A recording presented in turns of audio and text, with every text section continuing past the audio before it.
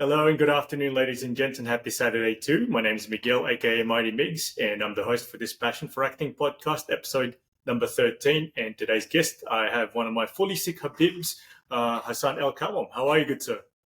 I'm good, Habib. I'm doing very well. How are you? Pretty good. This is one of the highlights of my day, but I'm greatly honored to have you on board, and thanks for accepting my invitation, brother. No. But Thank you anyway, for before we inviting go me. further ahead, no worries at all. Yeah. So before we go further ahead, I'd like to actually mention that this podcast episode is sponsored by Sydney Actors Association. So visit the Instagram page on the description box below. And if you're an actor looking to sharpen their craft, whether you're a beginner or you've been in the industry for a long time, this could be the right place for you. And reach out to my good friend and acting coach, Sam Haft. And, tell them that Mighty Meeks from Passion for Acting sent you and something magical may happen. But without further ado, Hassan, give us an introduction about yourself, good sir. Oh, well, okay. Well, my name's Hassan Elkawam. I was born in Sydney, New South Wales on December 30th, 1996, at Westmead Hospital. Nothing special. I'm an actor, writer, musician. I also perform voiceover. I choreograph combat-based stunts as a martial artist myself. I operate 3 jobs.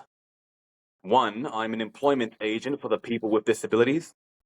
I've assisted them in finding suitable employment over the last 7 years. 2, I'm a real estate agent. Currently have the most beautiful home on the market, along with some of the most qualified buyers right now. And 3rd is film, where our passion is. Oh, awesome, brother. Oh, wow. But come to think of it, right, because out of all those professions that you just mentioned, film is your biggest passion, am I correct? Absolutely. That's Oh, awesome, brother. Yeah. Yeah. That's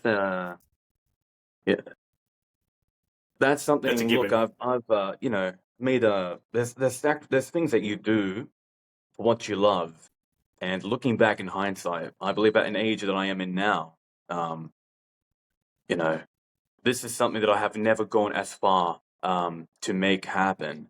Nothing I've ever imagined myself being upon growing up.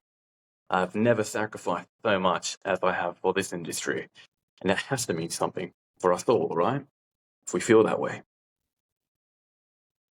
Of course. Because it's one of those things where, you didn't choose acting, acting chose you. Am I correct? Absolutely. Oh man, you're the man, brother. But cool. You know what? This is a good episode. I can feel it already. But I can tell. But maybe the end product of this episode might be good. But the thing is, right now you're frozen. Let's hope. Yeah, you're a bit frozen, bro. So am I frozen to you though? No, but the resolution goes down here and there. It's a little bit of a pixelated view, but hopefully it shouldn't look Yeah, it bad in the shouldn't hinder file, it. right? Yeah, it shouldn't. Yeah, it shouldn't hinder it because, I've had a couple of episodes where like that turned out to be well, but we'll see afterwards. Oh. But yeah, but cool. Thanks for that introduction, good sir. Because, quick and brief, but at the same time, simple but effective. And you don't want to give too much away because to let people find out who Hassan Al Kawam is. So yeah. But the question I have for you next, what inspired you to become an actor, and who inspires you to keep going in your acting career? What inspired me in my acting career?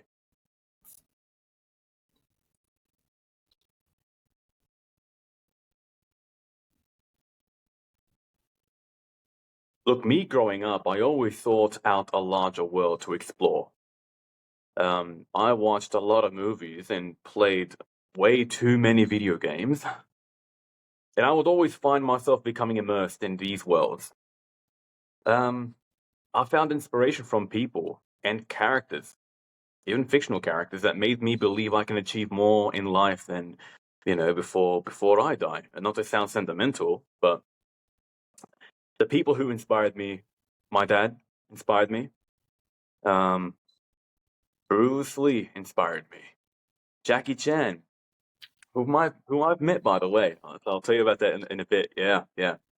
Uh, Um, Having recently watched all episodes of Peaky Blinders, Cillian Murphy, he inspires me. All the way down to video game characters. You know, I would be drawn to the stories of film and gaming alike, be completely immersed in the world, and the characters. So much that my accent would change from time to time. It's crazy that from randomly from American to English to Texan to different things. That's what it would do to me. So many small changes that in myself, people around me would take notice of, and I'd be like, "You're crazy." No, I'm not. I'm not doing that. They say, "Yeah, you are, dude." I'm like, okay. So it's fast forward to seventh grade. Uh, Fast forward to seventh grade. I would win my. It's not too much, but to me, it was a stepping stone. I won my first award in drama class, and again, that was my first stepping stone because ever since seventh grade, I would continue to study drama. Awesome. And who was your teacher back then, by the way? What was his or her name? Man, I remember one lady. This wasn't my seventh grade teacher because I've forgotten every teacher's name, but one of them was we used to say Mrs. Emma. Mrs. Emma, lovely lady. Mrs. Emma. But Mhm. that was back in the seventh grade, though, was Greystanes High School. I've had to go to 7 different high schools growing up just because of family drama. And those are the worst, we all know. But 7 different schools, and in hindsight, the best positive way I can look at that is 7 different places to have learnt from. Oh, I see. I see. Yeah, Greystanes High School, huh? Because it doesn't sound as rough as Macquarie Boys, at least. But not one acting coach can actually teach you everything because whether it's a coach in MMA or acting, you can learn different things from different people. So yeah, it's just one of those things because you come from a martial arts background yourself. Yeah, Does that actually come into play with you as an actor as well, like being a it does martial artist as well? massively because again, this goes back to the first 2 names I mentioned as my inspiration, my dad and Bruce Lee. Those 2 were my earliest inspirations. My dad used to always, before he became sick, he used to always take me out to the park and would have me copy some fight scenes from some of Bruce Lee's films. And he would tell me to kick exactly that way and to never turn your back after you do the kick, and would always, like a father would, to correct it, like, no, you don't do that, you do this, and all that kind of thing. It was really good times. And every time I thought of martial arts, it was me envisioning myself in a film scene, an action scene. I always had this thrill watching Brandon Lee's fight scenes or any fight scene, and internally, as I watch anyone's fight scenes, any martial artist, I grew to have preferences as to what I feel a good fight scene is and what I feel a bad fight scene is. Example, Jet Li's a machine. Jet Li is a gun in his films. But I was never a fan of staying in the air for 5 seconds and throwing 60 tornado kicks and knocking out 10 people in midair at once and then landing back down. But I always admired the simplicity and yet on-screen impact of Bruce Lee's fight choreography. And before I got into writing, everything was being written in here. Before I actually put them practically on paper, they always come up in here, how I would imagine a fight scene to play out. And I always thought it could work and that could work. These things happen when you're very young, I think. And once you put them in practice, it's the best way to sort of show to yourself and then show the people around you what you imagine, what you envision is actually quite unique or not. Of course, yeah, because that's one of the things that my acting coach Sam Haft actually says, like be that childlike actor, like when you were little kids, because obviously you're the best actor when you were little kids, because like I hate to admit it, but little kids in general are better actors than us because they truly believe that they're Batman, they truly believe that they're Wonder Woman or Batgirl. So because that doesn't surprise me that you said that you put it, you store your memory somewhere, and all of a sudden you put into practice, it becomes a reality. Am I correct? Yeah, I'm actually glad you mentioned that because I was actually debating whether I should say this as well or not, but all that me talking So about me growing up and wanting to look for a larger world, explore the larger world, and the video game inspiration and the film inspiration, the characters, fictional characters that I feel like I take an aspect and add them onto myself. As weird as it sounds, I was worried of saying that it makes me feel like a kid again. Because in honesty, it does. I feel the same way that I felt back when I was young. Obviously, we grow up now, and we've got that mature mind and a realistic view on things. At the same time, I think it's important to not lose touch of that. What young people have these days is such an endless imagination. of course, yeah, because like the mind has no limits. I mean, of course, it does in some context, but in terms of creativity, you could always expand your horizons by just getting some inspiration either from your old man or just Bruce Lee or somebody else like Jackie Chan stunts. You never know, you know what I mean? Or you could just watch something or just see something along the lines of the streets right here. Oh, I can see that car, that Chevrolet or that Maserati being in an action movie would mean I'm just like in hot pursuit and the cops are chasing me. You could actually just use something like that. You know what I mean? Yeah, Because yeah. you draw inspirations from everywhere. So yeah, never say never.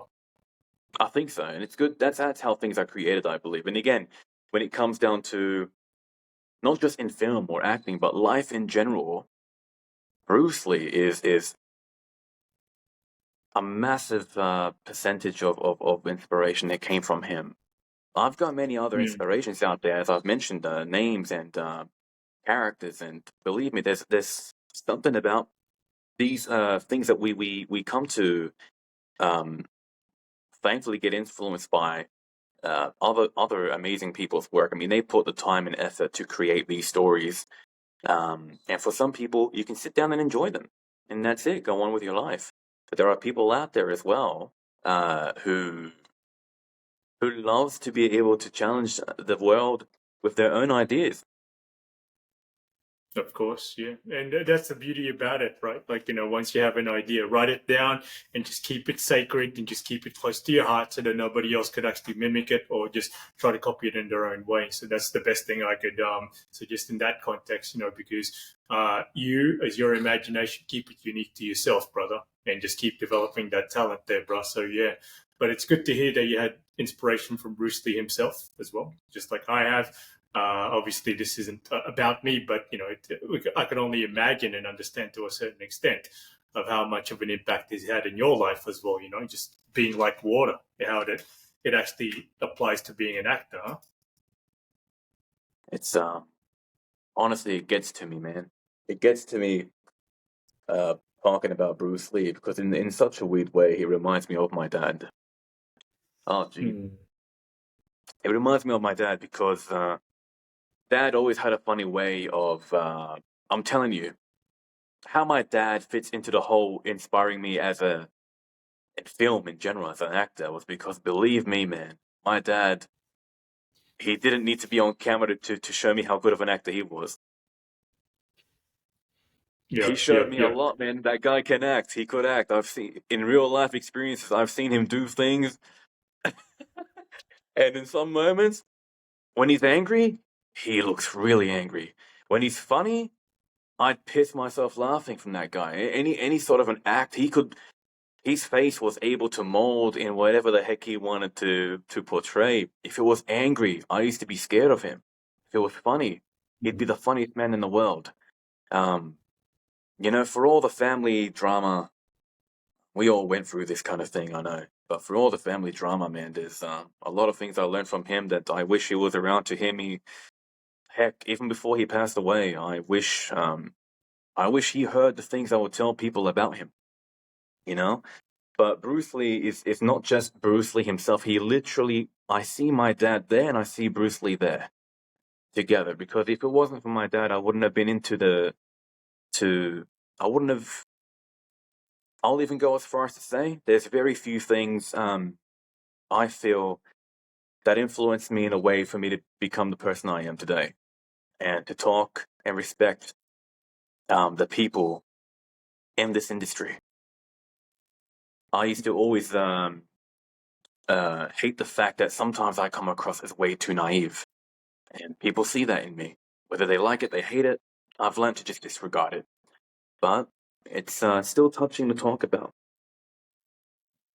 I can only imagine, like, because obviously, like, good fathers out there, obviously, good role models. I mean, they're underestimated these days, but at the end of the day, um, you know, his memories and what he's taught you can live on. You know what I mean? Because we can only hope that that it doesn't die for you, because because obviously he was there for you through the thick and thin, and he was the greatest role model in your life, and now you can pass it on to your own kids when you have kids one day. You know what I mean?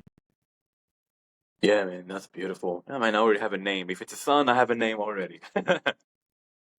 Oh well, exactly. But cross that bridge when you get there, when you have kids. But right now, let's just enjoy your acting career. You know Yeah, what I mean? So, yeah, absolutely. Oh wow, you know boy. what? That's touching stuff. You know what I mean? But I'm glad you had a good role model in your old man. So may he rest in peace now, brother. Thank you, man.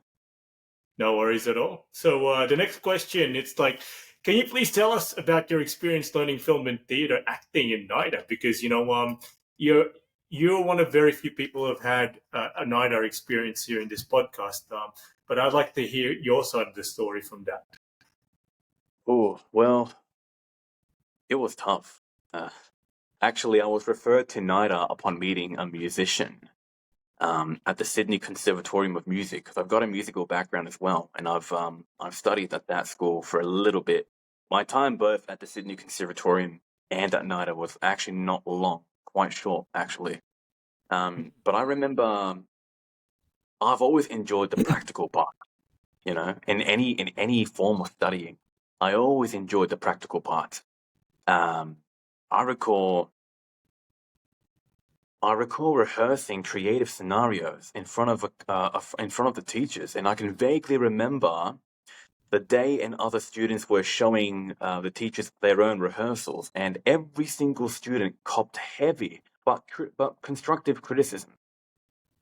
And when it would be my turn, so it's just how I always was. I would think, okay, I've got this. I'm going to show that I am different, that I am talented. But man, they really teach you to accept all constructive criticism. Sure, man. But it was tough. It was really tough because I had to learn. Um, you have to learn. How do I explain it? Look, in hindsight, it was very positive, very positive. You learn a lot, but it's tough. It's really tough. It's almost. I don't want to compare it to your typical and cliche sort of a tough teachers and strict teachers, but it was really where you feel you're doing things correctly, especially if you're using things that you've absorbed from watching things and reading things and all that sort of thing. Just when you feel like you're doing it one way that's all correct, just be prepared to have a whole different perspective on top of that that'll make you really think, wow, oh my gosh. That's the majority of of what I felt there at the time, and I still even now today say it's tough. It's really tough. But in hindsight, it was very positive. I look at it in a positive way. Or just like That's what I anything think. good, or just like anything good, it doesn't come easy, right? Because you and I have martial arts backgrounds, and I'll tell you what, back in the days, when I used to spar in boxing and kickboxing, even karate, most of the time I'll get beaten up by the guys who were better than me, more experienced than I am. And back then I used to think, oh, damn, I suck. I'll get bashed in a real fight. I'll get bashed in my upcoming fight, amateur fight. But, it's just like what you said, constructive feedback. After they beat you up and all that stuff, they'll tell you up front, okay, cool. Remember, next time, keep your guard up. Okay, only always keep your guard up if you're not attacking. It's similar to this, in my opinion, because you may be feeling like you're in the grinder or in the pressure cooker in the moment of that being getting that constructive feedback, but without all that said and done, it's all constructive, and you're like, yeah, they were right. Even though it didn't make sense at that point, they were right all along, because you are the actor who you are because of those experiences. You know what I mean? That's what not only makes you a talented actor, Hassan, but it's also what makes you a passionate actor. Am I correct? Yeah, and you have to really be open minded. And again, um, everybody's different. For me at the time, I'm really trying to think of another way to put it other than that I was cocky. That's not the word I want to use because I don't think I was really bad, but I was, as I said, I always envisioned myself if I was in a crowd where they'd be told one thing, I was going to ensure I was going to be told something else. You can only imagine how one that thought that way would feel um, when they get hit with reality that way. Of But course, yeah. again, when I say in hindsight it was very positive, it's fascinating, right? Part of Mhm. me really wishes I could go back there with the mentality I have now, um, which obviously I could. But the thing is, I I battle with the thought that what I have learned from there, I can use that now. You know, I for all of us, obviously we all here and there continue to take on classes and just further way to upskill and help us out in different spaces. At the same time, I've always enjoyed practicality. I've always been that way. The only way I've ever enjoyed anything to do with theory or writing is if I'm writing my own musical or film story.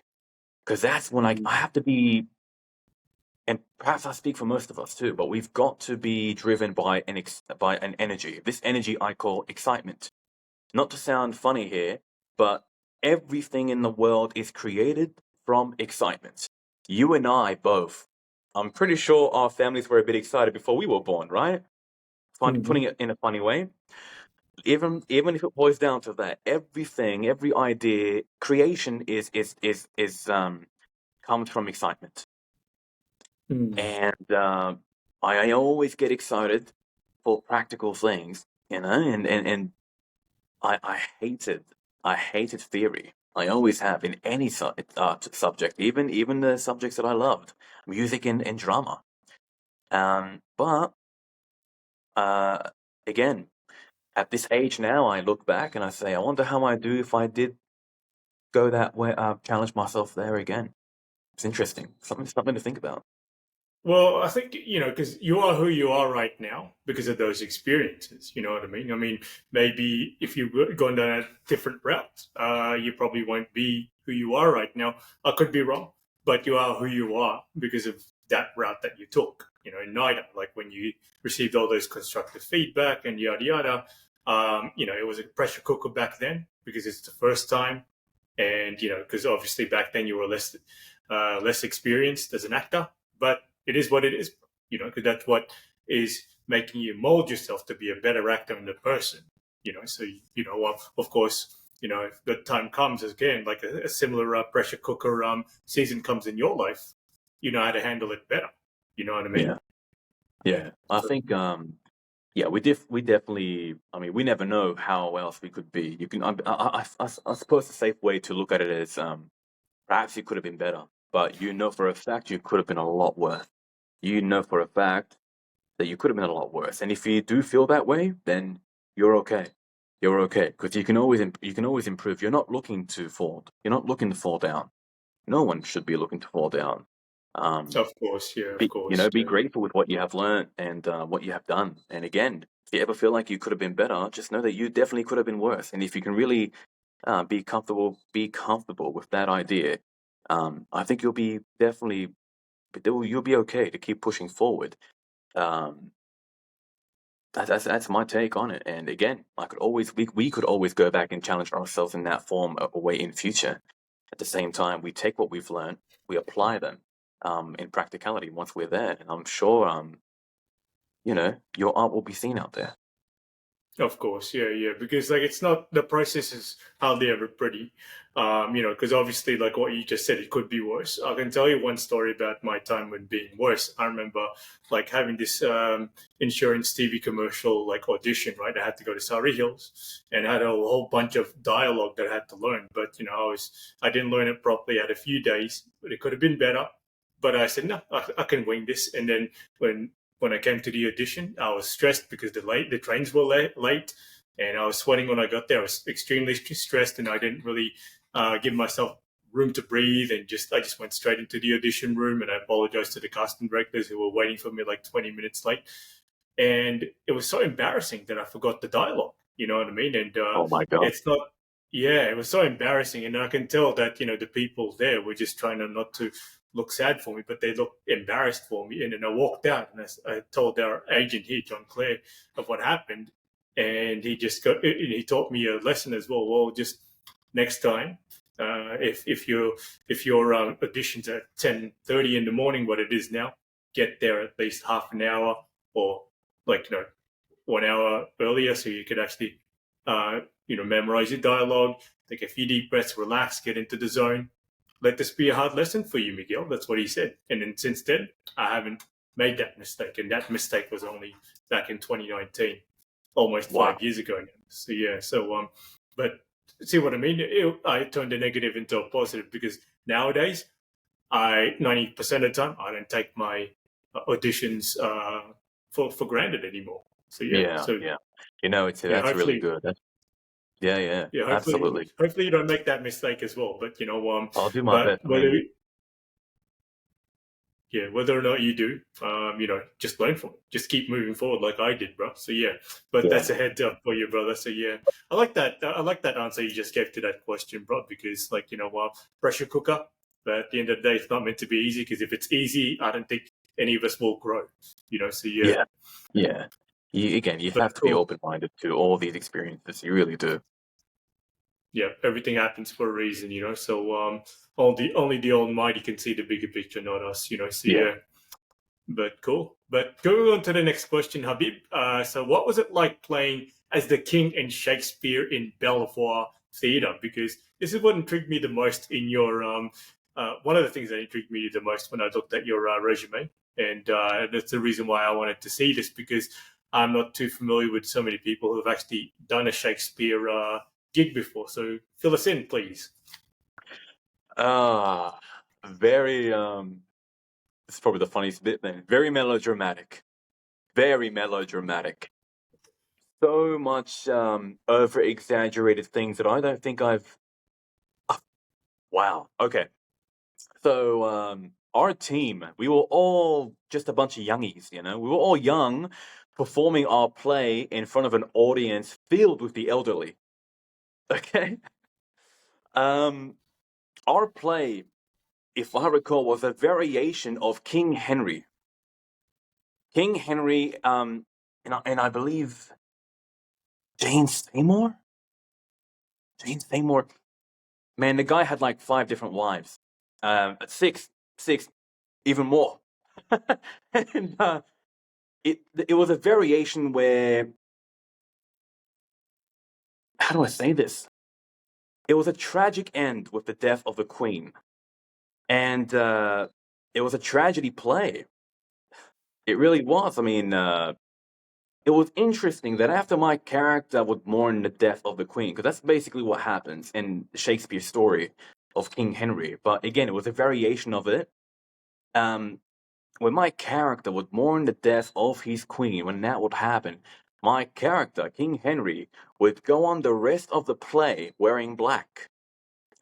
And such an old play, I believe written around I could be wrong, it's been so long ago. I'm vaguely remembering all this, but I believe the play itself was written by Shakespeare around the 1500s. Don't quote me on this, but such an old play, yet even then, they would use black clothing to symbolize sadness and depression. So that's what I remember. That's what I remember. There was a bunch of young, and I almost stuffed it up, by the way. I almost messed up that entire thing, because back then, my biggest problem, was once I commit to something, for some reason I stop halfway. And this, I'm going to digress here a little bit, but this has been a problem with me that has gone on for quite some time, even after that event, which is why acting means so much to me. because if it's one of the first things, if not the only thing, I've continued to maintain that path up until this point. But going back to topic, I almost stuffed it up because upon rehearsal, I've missed out like half, if not more than half, the rehearsal, and it got close to the point that we're going to stop the entire thing, and I had a big chat with the teacher even after we'd done the play. The play itself went beautifully. It went beautifully. By the very not the end, sorry, by around the third, well, around the tragedy part, you really had to express utter just sadness. You're crying, you're shouting, and that's what I recall. But our audience was packed full of the elderly, and we were all literally just young, all of us. So it was interesting that we've done that, and our teacher was happy by the end of the play. But I still had one hell of a chat, just because how close we came to messing it all up. From my attendance, lack of attendance error. You know what, live and learn, bro. Because more than anything, it sounds like you finished strong in this production. Am I correct? Yeah, we done well. We did well, and a funny story I'll mention as well as to what got me the role of King Henry. Was that scene that you had to audition in front of our instructor at the time.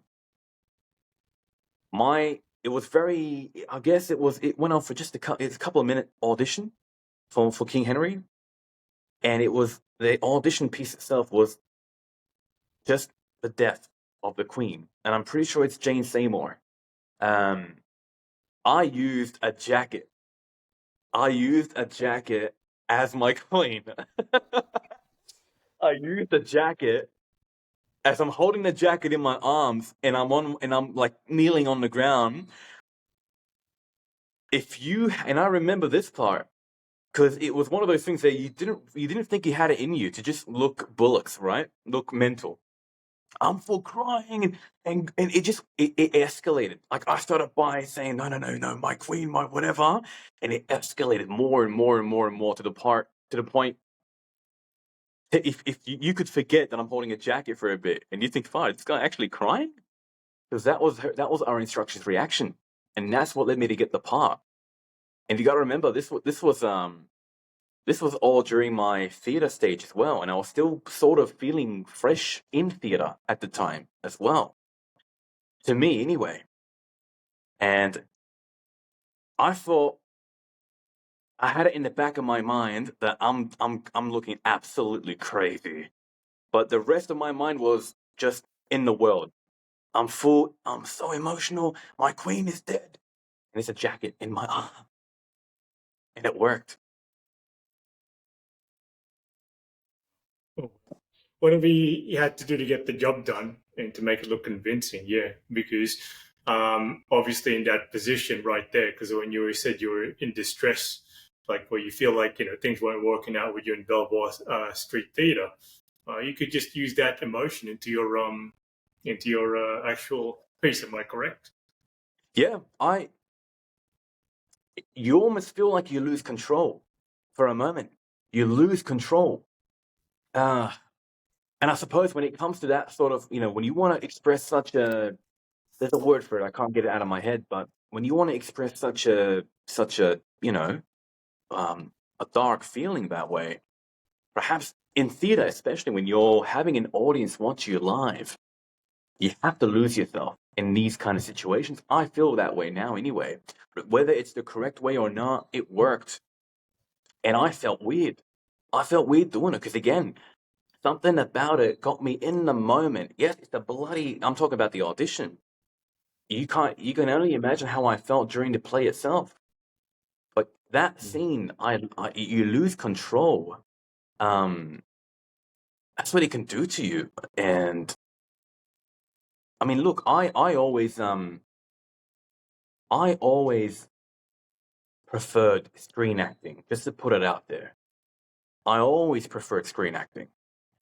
However, like theater happened to be something that I fell into.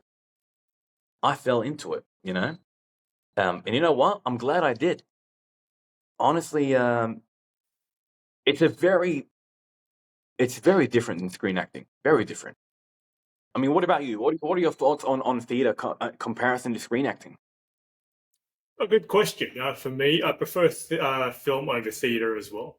But theater to me is more like a sprint, like, because obviously you have to go all out within that next few hours, and so that the person from the front row all the way to the back row can feel your performance. Because otherwise, if it's not exaggerated, you won't. They won't feel you. They won't actually look convincing. I mean, my performance or your performance won't look convincing as much. But with that being said, film to me, I feel it's more of a marathon because, because obviously you have to do like 12 to 14 hour film shoots per day, and then you have to go to a different location or different time. What do you call it? Call sheet time calls and all that stuff. So it's more of a marathon in terms of like, you have to pace yourself a lot more because it's Yeah, more intimate, rather than just film. Pardon me, theater, because theater is just more about just like being in the moment, so just they want to feel you being in the moment, because like, what, that's what they came to see you perform. They can, if they don't feel you, they're like, oh, okay, well, what did I watch? What am I watching this guy live or this girl live? You know what I mean? So, but when all that being said, with film, there's some element there that I like. Just like I like the retake after retake, and I like how it's more natural acting. You know what I mean? Just being to that point. But I enjoy film a lot better because you and I both have a similar vision. We want to be in the big screen. It's just the way it is. You know what I mean? again, I will always prefer screen acting. However, and I encourage this to all. I encourage all to attempt theater just once because I believe it is a prestigious skill to have, to learn. Amen. Amen. It really is. It's different. If I may also mention, when it comes to theater, it was always drama. Again, from Mm. from Shakespearean and just other things that we've done in drama, they were all drama to the point where you got, as I said, bloody melodramatic at times. But that's the Mm. nature of these stories when by these plays.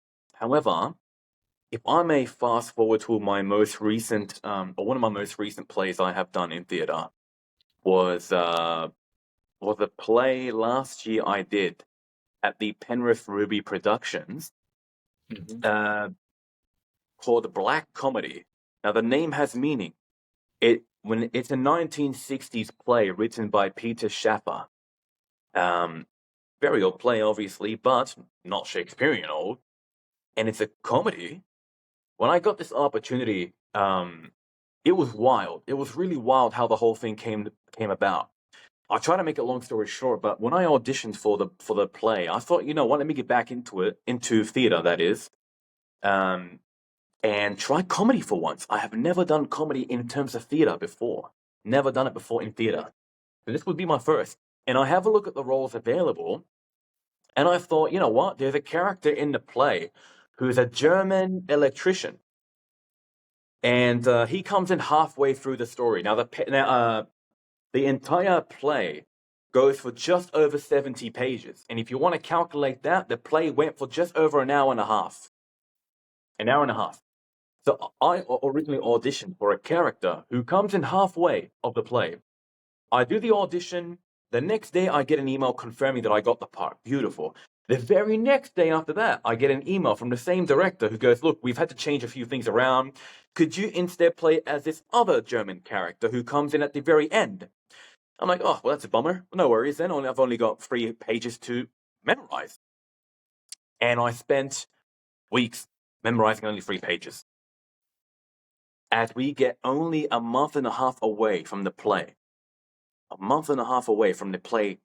itself, I get another email from a director, and he goes, "Look, mate, we're in a bit of in a tough situation. Our main character, our main actor, has just reached out to me, and he can't commit to every rehearsal for the main play. He's got other commitments. Can we do a swap? Can you take the main role of the entire play, and the original actor will take your other character who comes in around the end. I'm like, you know what? Screw it. All right, fine. We'll do it. We'll do it. And what I did every single day, this is how I memorize my lines, by the way. I'm sorry if I'm digressing or anything. How I memorize lines is I record myself reading the entire script, and then I record myself reading only my lines. When I can physically read the script, I read it. If I'm out driving or I'm doing anything that I can't physically hold a piece of paper in my hands and read it, or my phone, I listen to what I record of myself doing it. Because I've done voiceover before, and I've grown comfortable to hear my own voice, at least enough not to cringe when I hear myself, you know? So I would have a bit of fun and do some voiceover for every character, just so I can. It helps me. It helps me out that way to memorize them. I've done that every day, every single day. We're in every rehearsal. We'd be rehearsing 2 to 3 times a week, traveling constantly after work. I'd have to travel all the way down to Penrith, which is a half an hour drive, if not more. You got to think you're doing that 3 times a week. The amount of petrol you had to put in. Oh, yeah. It went from, filling up your car once a week to up to 3 times a week. It was insane. But that was the amount of commitment we all had to put in to get it done. And you know what? The final product of that play turned out amazing. We've had some great laughs. And I loved, ever since then, I loved the idea of dabbling a little bit into comedy as well. Because again, it takes me back to my dad. He was able to portray all of that. And if I could get to that point as well, people could see my face in comedy. People could see this face in action or whatever it may be. But I just thought I might talk about that experience too, because that Why was not? definitely a heck of an experience. Oh yeah, I've worked with room production before, so yeah, it was it Anthony Sterling Edgar who Yeah, actually. that's him. Yeah. Yep, that's it. So Yep. he Sounds wasn't like. he wasn't the director of this play. We had another guy named John. He's a musician, and he's a great musician at that too. But Anthony was one of the plays, while Black Comedy was the main play of the night. Oh, okay. Well, you know what? I'm glad you had that experience with them, not just with Belvoir Theatre, because Yeah, because obviously you can learn a thing or two from each each of the productions that you're actually learning. Because, like, no yeah, one person, like I told you, can teach you everything. So, but yeah, but you know what? That made that answer to that question about working at Belvoir Street Theatre even more interesting, in my opinion. So I'm glad you brought that up. So yeah, maybe I should have brought that up in that structure there that I emailed you just last week, but it's okay. yeah. It's said and done. All said and done there, Habib. So yeah, so let's move on to the next question here. So this intrigued me a lot because what stunts were required from you when you featured in a Tiger Muay Thai film? Was that like a documentary or was that an actual movie? This may oh man, it's gonna be so interesting. All of these are interesting, man. Okay, so this video that my coach and I did. Okay, that was a project targeted towards Tiger Muay Thai. Okay, Tiger Muay Thai is a world-renowned gym for elite level fighters, and they are based in Phuket, Thailand. Mhm. Tiger Muay Thai gym was actually holding an online event during the time where any fighter from around the world would partake in certain requirements for a chance of being picked by the gym. Mhm. Uh, to fly out to Phuket and earning a fight and training scholarship with the Tiger Muay Thai gym themselves. So, Mhm. in other words, you would be represented by Tiger Muay Thai, which Yep. is one of my MMA coach's biggest dreams. And it obviously it'd be a big boost to his MMA career. Now, one of the requirements was to record and send a video of yourself training, combined with highlights of real contests you've had in any art, whether it be wrestling, jiu-jitsu, MMA, kickboxing, and you sparring. So we had to make a video to combine all that and upload it to their own website or wherever it was that it was done. Anyway, my my MMA coach, his name is Adam Nahas. Mhm. and he is an undefeated fighter in all bouts thus far. I've had the absolute honor and of training with him and calling him brother since 2019. Everything you see, or before I get there, my coach approached me one day and asked if I may assist in directing some shots of him training and us to be sparring. And I said, it's gonna hurt, but let's do it. And let's go. Pretty much all you see in that video now, in that clip, shows how my coach and I train almost every single day.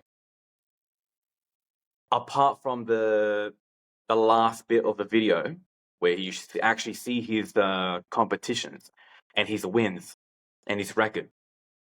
It goes from him training, where I'd be recording him and all that, to the point him and I would be getting into a small ring and we'd have a spar, and you'd see that as well.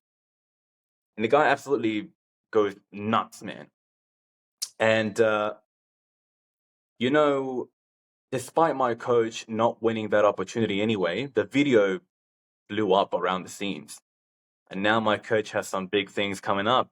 I'll let you in on a secret. It's not a secret anymore. It's on Instagram. People know John Jones. My coach trained with him yesterday. I saw that. Yeah, I saw that on Facebook. Yeah. So that was crazy. And there are some massive opportunities that has come from that, which only time will show. But Yeah. whereas that initial goal was not achieved, because the competition is massive out there, obviously.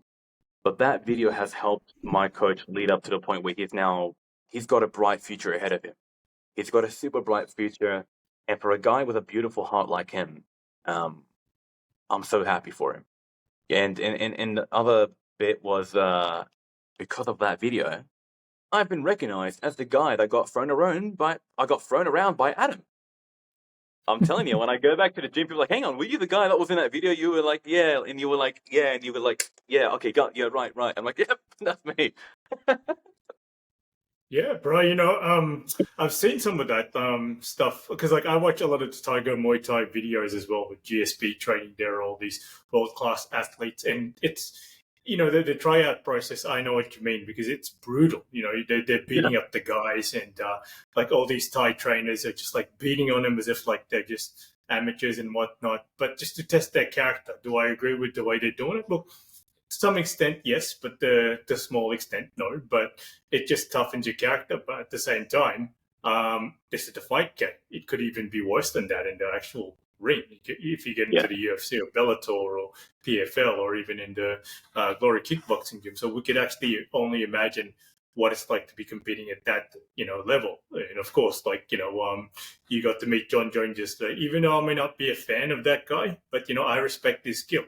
You know what I mean? So yeah, yeah. obviously, yeah, because I'm not going to get into why I'm not a big fan because I'm not Cool. a hater. Yeah, because I respect him as a human being, but some of the antics that he did, getting into PEDs and all that stuff, I'm not a fan of. But I can still respect the fact that you met him because you got to see greatness yesterday. You got to see and greet him because he kind of seems like a nice guy in real life. I could be wrong about that, but from what I've seen, it seems Yeah, like he's an approachable guy. You know what I mean? yeah. What was your interaction with him like yesterday? By the way. No, so on I'll take it back to last Thursday. I had my first training back with my coach after taking a couple of months off due to an injury that I copped during wrestling. And I have heard of the news from my coach that this was going to be happening on Friday. And it was surreal. All I can tell you is it was surreal. It was absolutely surreal. It can't be real. That's crazy, you know? I'm thinking my coach has dedicated his entire life to reaching that sort of a stage. And I give a guy like him such praise because he has demonstrated looking out for his friend and himself, but also his friend. He's demonstrated really looking out for you. And those are the kind of people like yourself that I invest my time with. Can't put it It into sounds words like how much love I have for that guy. Really, I can't put it into words. And it's he's look with my when I first started training with him in 2019. This was the year that my dad passed away. So when I joined and asked to train with him, my idea at the time was to compete in MMA. I had this image that I would compete, I would train. I've had some experience back when I was younger with dad and all that, yeah.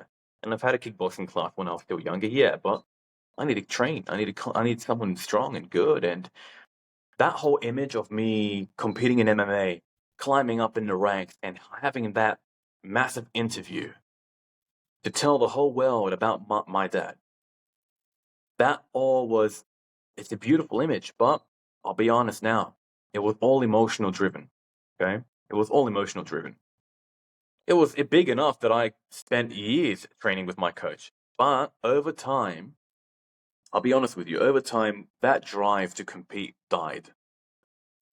It died in time.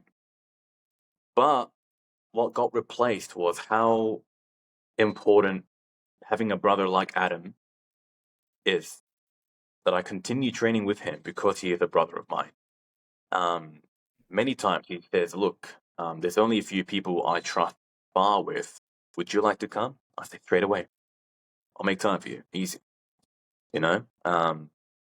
And these injuries that I cop, especially my most recent one, on one hand, on one side of my mind, I'm saying, why? Why'd you cop an injury like that? You're not even looking to compete anymore, man. If you were looking to compete, then it makes sense, but you're not. You're doing all these different things. But on the other hand, I think there's something in future that all this training that you're doing is going to benefit you. And again, I can put that all into film anyway. And there's nothing wrong with learning MMA, with learning. I think everyone should consider learning martial arts in some form. Everyone. I agree. I agree because it teaches you discipline and respect, and more than anything, it just helps you boost your self-esteem and confidence. Yeah. That's awesome. That's awesome stuff. For Adam especially, because it sounds like Adam's like-minded to you and I.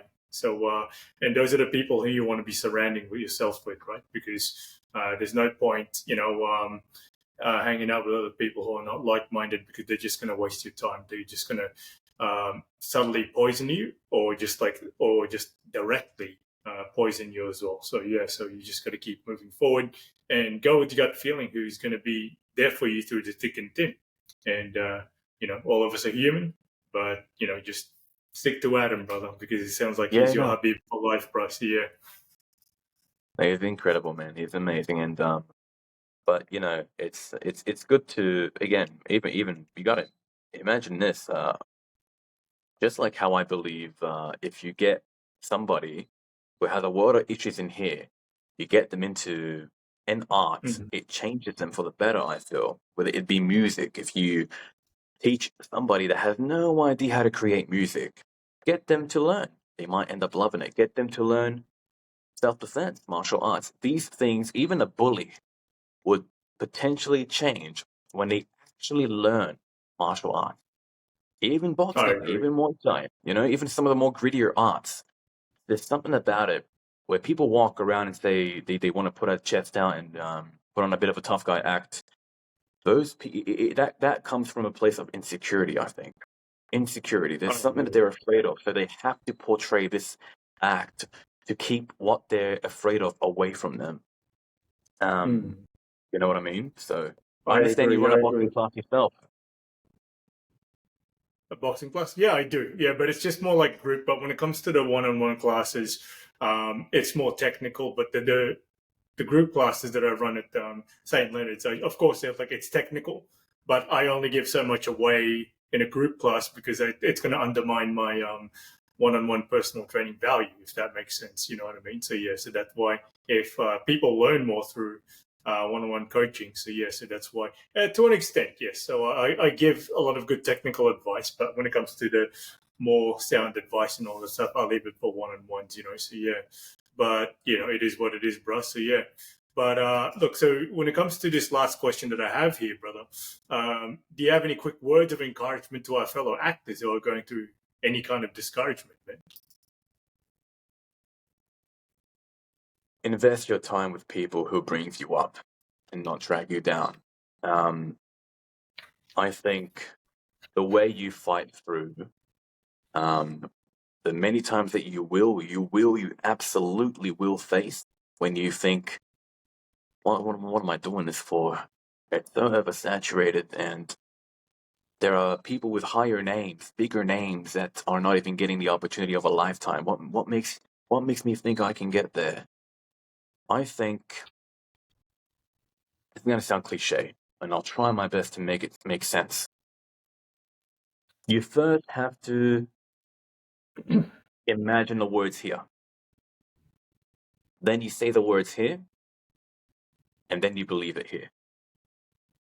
So if you want to be an actor, don't say I want to be an actor. If you say you want something, you are acknowledging to yourself that you don't have it. But that's the biggest bullshit you could tell yourself, because what you want is out there. It exists. It's not like it doesn't exist. You're not asking for a bloody fairy tooth mother, whatever the heck you call it. Couldn't even make up the word. That's how fake that was. What you say you want to be is out there. It exists, and it has been done before. So, change I want. In here, create these words, I am. I am an actor, or I am whatever the heck you want to be, I am. Forget reality for a second. This is a whole different reality here. You need to channel here first, your head. I am an actor. Then say it to yourself. You don't have to say it to people. You can do that later on, but say it to yourself first. First, think it. Then say it. And trust me, the more you say it, the more you're going to start to love it. You're going to love saying that to yourself. The rest of your body will work. The rest of your body will work. Just make this work, then this, then your heart. Sometimes and I think you mentioned this to me yourself. I'm going to be quoting what you said to me. Sometimes when you travel to a place where you don't know anyone, it's good, because when you start getting to know them, strangers, for lack of better words, you'll find more surprises, rather than the ones you already know of and holds no level of passion in what you do. Yeah, that's true. Just like my experience in LA, just like me relocating here in the North Shore. Yeah, very similar experience where sometimes you just need to go to a place where you just can have a fresh outlook in life, and just something you could just try something new, because when you try something new, you can only expand your horizons. Yeah, but those are very good words of encouragement to have, Bib. And you know what? It's been a pleasure having you in the 14th episode of this podcast. And okay, so I'll give you one last chance to say anything more encouraging. Do you have anything else as well before we conclude? No, just look, I'm truly grateful. I really am, and I cannot wait for the day. Stay tuned, but I cannot wait for the day where people like you and I and others that we've come to know, who we truly can see a talent in, where others can't, to bring us all together and work on some incredible things. I really believe in that. I'm all for it for the people. People matter, you know. Of I'm course. truly grateful, but to you as well, Miguel. Thank you so much for having me on board here. What an experience, really. It's been amazing. I can't thank you enough. Again, these are things I can't put into words enough. There's no words in the dictionary that can express how grateful I am to you all. Oh, look, I mean, the pleasure's all mine as well. So I appreciate your time, brother. So, like you said, we're going to go to places sometime soon, and we have to keep moving forward. And the only thing that should separate us from, fulfilling our dreams is just until death do us apart, and that's it. Plain and simple. Definitely, definitely. Okay. Well, thank you everybody for tuning in, and just stay with me, bro. So before when I end this recording, just stay by, and I'll give you some instructions. Yeah. But if you haven't done so, everybody, please press the like and subscribe buttons on YouTube. It gestures like this. Not only do I appreciate, but it's also going to help me get encouraged to actually make more content like this for viewers like yourselves. Okay. So until the next episode, everybody, thank you for tuning in once again. Have a great day. This is Miguel, aka Mighty Migs. Have a good day again. Bye bye.